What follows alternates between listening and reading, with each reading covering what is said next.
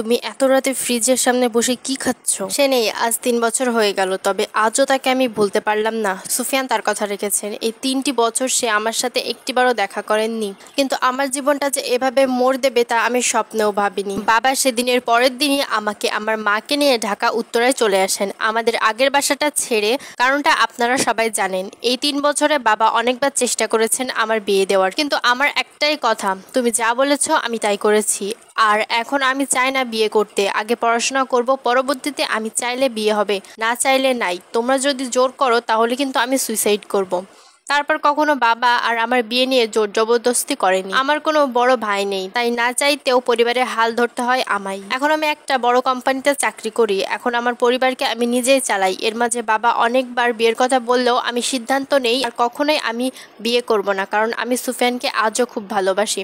বাবা সুফিয়ানকে আমার কাছ থেকে কেড়ে নিলেও আমাদের স্মৃতিগুলো কেড়ে নিতে পারেনি, যেগুলো এখনও আমার চোখের সামনে সবসময় ভাসে। আমি এখনও রাতে সুফিয়ানকে নিয়ে ভাবি আর কান্না করি। একদিন অফিসের কাজ শেষ করতে করতে অনেক রাত হয়ে যায়, রাত প্রায় 12টা বেজে যায়। 12টা তেমন কোনো বিষয় না, কিন্তু আমার বাড়ির পথে একটা গলি পড়ে। গলিটা খুব ছোট হওয়ার কারণে সেখান দিয়ে কোনো রিক্সা চলাচল করতে পারে না, কিংবা অন্য কোনো যানবাহন। মানুষজন ওই পথে পায়ে হেঁটেই যেতে হয়। এত রাতে তেমন কোনো মানুষজন সেখানে আসা যাওয়া করে না। আমার মনে তেমন কোনো ভয় ছিল না, কারণ আমি যেসব জিনিস দেখেছি অন্য কোনো মেয়ে হয়তো এরকম জিনিস দেখেনি। হয়তো সেগুলো ভয়ের না হলেও সেগুলো অবশ্যই অবাস্তব কিছু নয়। গলির মুখে একটি বোরখা পরা একটি মহিলা দাঁড়ানো। আমি যখন সেই মহিলাকে পাশ কাটিয়ে যাব তখন ওই মহিলা বলল, একটু দাঁড়াও। আমি ঘুরে তাকে একটি সালাম দিলাম, কিন্তু সে সালামের কোনো উত্তর আমায় দিল না। সে বলল, তোমার নাম তো শিফা, তাই না? আমার ছেলে তোমাকে খুব পছন্দ করে, আমি চাই তুমি তাকে এবং তার পছন্দের দাম দাও। আমি সেই মহিলাকে উদ্দেশ্য করে বললাম, দেখুন আমি জানি না আপনার ছেলেকে, তবে আসলে আমি চাই না কারো জীবনের সাথে জড়াতে। আমায় মাফ করবেন, দেখুন আমাকে আর বিরক্ত করবেন না। আর এই বিষয়ে আমার মা বাবার সাথে কোনো কথা বলে কোনোই লাভ হবে না। আমার মনে হয় না আমি যা বলবো আমার বাবা মা তা শুনবে। তারপরে সেই মহিলা আমাকে বলল, ঠিক আছে, তুমি যা বলছো আমি শুনেছি। সামনে গেলে আমার ছেলেকে দেখতে পাবি, তুমি নিজেই তাকে না বলে দিও। এই কথা বলে মহিলাটা আমার পিছন দিয়ে হেঁটে চলে গেল, আর আমি আমার বাসার দিকে হাঁটা শুরু করলাম। আমার বাসার সামনাসামনি আসার টাইমে দেখলাম আমার বাসার আগে এক লোক উল্টো দিক করে দাঁড়িয়ে আছে। আমি ভাবলাম এটা হয়তো সেই লোক যে আমাকে হয়তো পছন্দ করে। আমি সেই লোকের সামনে গিয়ে বললাম, হ্যালো ভাইয়া, শুনছেন? লোকটা যখন আমার দিকে তাকায় আমার মনে হয় না যতই সাহসী মেয়ে হোক না কেন এই লোকটাকে দেখে অবশ্যই ভয় পাবে। লোকটা যখন আমার দিকে তাকায় আমি দেখি লোকটির চোখ দুটো পুরো সাদা, আরও দেখি ওই লোকটি অনেকটা লম্বা, আর লোকটির মুখে অনেক বড় বড় লোম। লোকটি একটি বিচ্ছিরি হাসি দিয়ে বলে, তুই আমার হবি, না হলে আমি জোর করতে পারি, তোকে আমার লাগবেই। এই বলে লোকটি কুকুরের মতো 4 পায়ে হাঁটু গেড়ে বসে পড়লো, আর আমার দিকে চারিদিকে ঘুরে আমার পা চাটতে শুরু করলো, আর কুকুরের মতো নাক দিয়ে ঘ্রাণ নিতে শুরু করলো। এসব দেখে আমি ভয়ে চিৎকার করে সেখানে অজ্ঞান হয়ে পড়ে যাই। যেহেতু আমি আমার বাসার সামনে চিৎকার করে পড়ে যাই, অতএব আমার বাসার দারোয়ান দৌড় দিয়ে চলে আসেন, কারণ সে আমার গলার স্বর শুনতে পায়। এরপর আমার সাথে কি হয় আমি জানি না। যখন আমার জ্ঞান আসে আমি বাবা মার মুখে শুনি যে আমি গত 2 মাস আমার ভেতর থেকেও আমি ছিলাম না। আমাকে নাকি অন্য কেউ চালনা করছিল এই 2 মাস, কারণ আমার স্বভাব আচার আচরণ সব বদলে গিয়েছিল। আমি যখন মা বাবার কাছে জানতে চাই কি হয়েছিল ওই 2 মাস, তখন আমায় বলে 2 মাস আগে যখন ওই রাতে অফিস থেকে আসার পথে অজ্ঞান হয়ে গেলে তো দারোয়ান আমরা সবাই মিলে ধরাধরি করে তোকে তোর রুমে শুয়ে আসি। মাঝরাতে কিছুটা শব্দ পেয়ে আমি আমার রুম থেকে বের হয়ে দেখি তুই তোর রুমে নেই, তুই ফ্রিজের সামনে বসে কি যেন খাচ্ছিস। আমি ভাবলাম হয়তো তোর জ্ঞান ফিরে এসেছে, অনেক ক্ষুধা লেগেছে, তাই হয়তো তুই ফ্রিজ থেকে খাবার বের করে খাচ্ছিস। কিন্তু যখন আমি তোর সামনে যাই তুই ফ্রিজ থেকে কাঁচা মাছ বের করে খাচ্ছিস। আমি যখন তোকে ঝাড়ি মেরে বলি এ কি করছিস, তখন দেখি তুই আমার দিকে তাকালি, কিন্তু তুই সাধারণ মেয়ের মধ্যে ছিলি না, কারণ তোর চোখে কোনো মনি ছিল না, পুরো চোখ ছিল ধবধবে সাদা।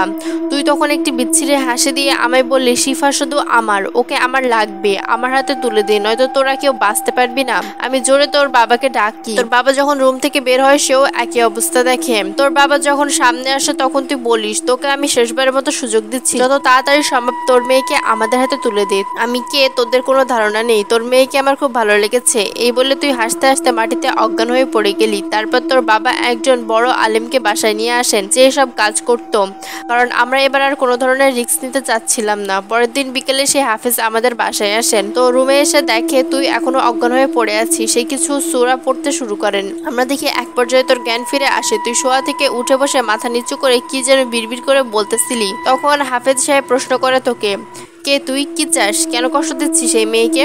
তুই তখন আবার আগের মতো মোটা পুরুষ কণ্ঠে বলতে শুরু করলি, আমি কে তা জানার দরকার নেই তোর। তুই এতটুকু জেনে রাখ, কালকে সূর্য উদয় তুই দেখতে পাবি না। হাফেজ সাহেব বললেন, হায়াত ও মৌত উপরওয়ালার কাছে, তুই শুধু এটুকু বল কে তুই। আমি একটি হিন্দু ধর্মের জিন। এই মেয়েটাকে আমার অনেক ভালো লেগেছে। এই মেয়েটিকে আমি আমার সাথে নিয়ে যাব। তুই যদি পারিস তাহলে আমাকে আটকা। এই বলে তুই আবার আগের মতো অজ্ঞান হয়ে বিছানায় শুয়ে পড়লি। হাফেজ সাহেব রুম থেকে বের হয়ে আমাদের বলল, কালকে সে আবার আসবে, এসে এই বিষয়ে সমাধান করে এগিয়ে যাবে। কিন্তু পরের দিন হাফিজ সাহেবকে তোর বাবা যখন কল দেয়, সে তখন ফোন রিসিভ করে না। তোর বাবা হাবিব সাহেবের বাসায় রওনা দেয়।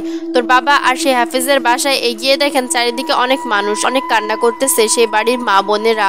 তোর বাবা যখন বিষয়টা বোঝার জন্য আর একটু সামনে যায়, এসে বুঝতে পারে যে হাফিজ সাহেব গতকালই মারা গেছে। কিন্তু এই মৃত্যুটা কোনো সাধারণ ছিল না, কারণ সে নাকি ছাদ থেকে পড়ে মারা গিয়েছে। আর তার শরীরে অনেক নখের আঁচড় ছিল, যা দেখে বোঝা যায় যে তার মৃত্যুটা সাধারণ ছিল না। এরপর আরো দুজন বড় আলেমের সাথে তোর বাবা যোগাযোগ করেন।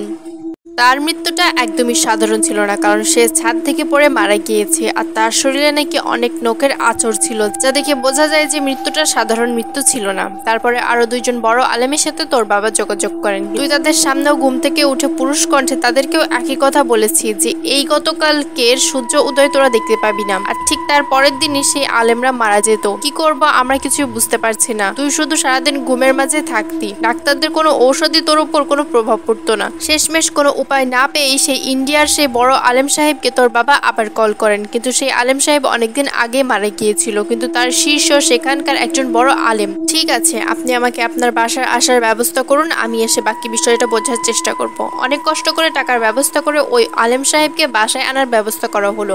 তোর রুমে গেল না, সে আলাদা একটা রুমে বন্ধ করে কিছুটা জিকির করলো আর জানার চেষ্টা করলো যে এসব কি হচ্ছে তার সাথে থাকা জিনের মাধ্যমে। 2 ঘন্টা পরে সে রুম থেকে বের হয়ে বলল, দেখুন শিফাকে নিশিরাম নামের একটি হিন্দু ধর্মী জিন ওর মধ্যে প্রবেশ করেছে। এই জিনটির অনেক ক্ষমতা, এদের আন্ডারে আরো 4000 বদজিন আছে। এরা কালো জাদু করতে পারদর্শী। তাই আমি কিংবা আমার সাথে থাকা জিনেরা কেউই ওই জিনের সাথে পারবে না। কিন্তু একটা উপায় আছে। আমি আমার সাথে থাকা জিনদের মাধ্যমে জানতে পেরেছি সুফিয়ানের বিষয়ে। সে তো মহারাজ হাবিবুল্লাহর সন্তান, তাই না? আমি আর তোর বাবা তখন হাফেজ সাহেবকে বলি, হ্যাঁ, আর আগে যা হয়েছে সবকিছুই তাকে খুলে বলি। হাফেজ সাহেব সব শুনে বলে, এখন যদি কেউ আপনাদের বাঁচাতে পারে সে একমাত্র সুফিয়ান। কিন্তু সুফিয়ানকে শুধু শিফাই ডাকতে পারে, আর নিশিরাম কখনোই শিফাকে এই কাজ করতে দিবে না। তাই আমি আরো 130টি হাফিজকে নিয়ে এই রুমে একদিনে 130টি পবিত্র কোরআন শরীফ খতম দেব। যখন আমাদের কাজ শেষ হবে তখন শুধু 2 ঘন্টার জন্য সময় পাবে সুফিয়ানকে ডাকার। এত ঘন্টা আমরা নিশিরামকে তার কাছ থেকে ধরে রাখতে পারবো। শিফা চোখ খোলো, চোখের পানি মুছো, দেখো আমি এসেছি, আর ভয় নেই, কেউ তোমার ক্ষতি করতে পারবে না। আলেম সাহেব তার কথা মতো তার পরের দিন 130টি কোরআনের হাফেজ নিয়ে আমার রুমে পবিত্র কোরআন শরীফ খতম করেন। কোরআন খতম হওয়ার কিছুক্ষণ পরে আমার জ্ঞান ফিরে আসে। আর গত 1 মাসে পুরো ঘটনা আমার মা বাবা ও আলেম সাহেব আমাকে খুলে বলেন, আর বলেন তাড়াতাড়ি সুফিয়ানকে ডাকো, আমাদের কাছে বেশি সময় নেই। রাত তখন আনুমানিক 2টা বা 3টা হবে। আমি বলি, সুফিয়ান কোথায় আপনি? আমাকে দেখা দেন, এই বিপদে আপনার সাহায্য আমার খুব দরকার, দেখা দিন আমায়। কিন্তু কোনো সাড়াই আমি পাচ্ছিলাম না তার। এদিকে সময় শেষ হয়ে আসলো। আরেকটি ভয়ঙ্কর ঘটনা ঘটে গেল। হঠাৎ করে আমাদের রুমের সকল লাইট অফ হয়ে গেল। আলেম সাহেব তার মোবাইল অন্যদের মোবাইলের লাইট অন করতে বলল, কিন্তু কারো ফোনে এই লাইট অন হচ্ছিল না। হঠাৎ করে হাসির শব্দ আমাদের চারপাশে ভরে গেল। মনে হচ্ছিল অনেক মানুষ হাসাহাসি করছে। আলেম সাহেব বলল, আমি তোদের বলছি আজকে বেঁচে থাকতে পারবি না। এর ভেতরে আলেম সাহেবের সাথে আসা 150 জন আলেম নিচের গলা চেপে ধরে নিচে শুয়ে পড়লো। আলেম সাহেব বুঝতে পারলো ওদের সবাইকে প্রজেস করে ফেলেছে। আর হঠাৎ করে আমাদের রুমের দরজাটা অটোমেটিক খুলে গেল। আর একটা অবয়বকে আমরা সবাই দেখতে পাচ্ছিলাম। কালো করে চুলগুলো পিছন দিকে ঝুটি করা, আর শরীর অনেক লম্বা, আর মুখে বিচ্ছিরি হাসি। কিন্তু তার 2টো হাতের বদলে 4টি হাত ছিল, আর শরীর অনেক শক্ত মজবুত দেখাচ্ছিল। সে হাসতে হাসতে বলল, আমার নরক দাস নিশিরামের সেনাপতি, আর এখানে 400টি জিন আছে যারা কিনা আমার দাস। এখন বুঝে নে তোদের কি হতে পারে। এই মেয়েকে আমার হাতে তুলে দে, নয়তো তোরা এখনই মারা পড়বি। আলেম সাহেব তাকে বাধা দিতে গেলে সে জিনটা তার 2 হাত দিয়ে তাকে ছুঁড়ে মারে। এতে আলেম সাহেবের একটি হাত সাথে সাথে ভেঙে যায়, আর সে ব্যথায় চিৎকার করতে থাকে। ততক্ষণে আমার মা এসব জিনিস দেখে নিজের জ্ঞান হারিয়েছে, আর আমার বাবা মাকে জড়িয়ে ধরে রেখেছে। সেই নরক দাস এখন আমার দিকে আসতেছিল। আমার বাবা তাকে বাধা দিতে গেলে সে আমার বাবাকে এক লাথি দিয়ে ঘরের আশপাশে ফেলে দেয় আর আমার হাত ধরে টানতে টানতে নিয়ে যেতে লাগে। কিন্তু হঠাৎ করে আমার রুমের জানালা দিয়ে একটা আলো ঘরে প্রবেশ করে আর সেই নরক দাসকে দূরে ছুড়ে মারে। আমি বুঝতে পারলাম কে এসেছে, কিন্তু আমি আমার চোখ বন্ধ করে কান্না করতেছিলাম। সুফিয়ান সেই নরক দাসের গলায় পাড়া দিয়ে তার 4টি হাত টেনে ছিঁড়ে ফেলে। এতে নিশিরামের সেনাপতি নরক দাস চিৎকার করতে করতে আগুনের কয়লা হয়ে উড়ে চলে যায়। এর মানে নরক দাসকে সুফিয়ান মেরে ফেলেছে। সেনাপতি যখন মারা যায় তার সাথে আসা 400 জিন সাথে সাথে ঘর থেকে পালিয়ে চলে যায় আর 150টি আলেমের জ্ঞান ফিরে আসে। সাথে সাথে কারেন্টও চলে আসে, কিন্তু কেউ সুফিয়ানকে দেখতে পাচ্ছিল না। আলেম সাহেব ব্যথা হাত নিয়ে কোনো মতে দাঁড়ায় আর সে সুফিয়ানকে দেখতে পাচ্ছিল, কারণ সে আল্লাহ পাকের নেক বান্দা। তাছাড়া সে জিনদের সাথে কথা বলতো আগে থেকে। আলেম সাহেব আমার বাবাকে বললেন আমার মাকে উঠিয়ে পাশের রুমে নিয়ে যেতে আর তার সাথে থাকা সকলকে বলল আপনাদের কাজ শেষ, এখন আপনারা যে যার বাড়িতে চলে যেতে পারেন। আলেম সাহেব যাওয়ার আগে সুফিয়ানকে বলল আপনি হয়তো জানেন সে কে আর সে কি করতে পারে আর শিফাকে কি করে রক্ষা করবেন, আর আমাকে বলবেন কি করে নিশিরামকে পরাজিত করব। সুফিয়ান আলেম সাহেবকে বলেন ইনশাআল্লাহ আমাদের বিজয় হবে আর কাফেরদের বিরুদ্ধে আল্লাহ পাক আমাদের সাহায্য করবে। আপনি এখন ডক্টরের কাছে চলে যান, কারণ আপনার হাতের একটি হাড় ভেঙে গেছে। এখন আপনার ডক্টরের চিকিৎসা নেওয়া দরকার। আর আমি যতক্ষণ শিফার সাথে আছি সেই নিশিরাম এখানে আসার দুঃসাহস কখনোই দেখাবেন। আপনি ফিরে আসার পর যা করা করব আপনি এখন দেখে শুনে যাবেন। আলেম সাহেব সুফিয়ানকে একটি সালাম দিয়ে ঘর থেকে বেরিয়ে চলে যান। সুফিয়ান সালামের উত্তর দিয়ে রুমের লাইটটি অফ করে দেয় আর রুমের দরজাটি অটোমেটিকলি অফ হয়ে যায়। এবার সুফিয়ান আমার কাছে এসে বলে চোখ খোলো শিফা, কান্না করো না, দেখো আমি এসেছি।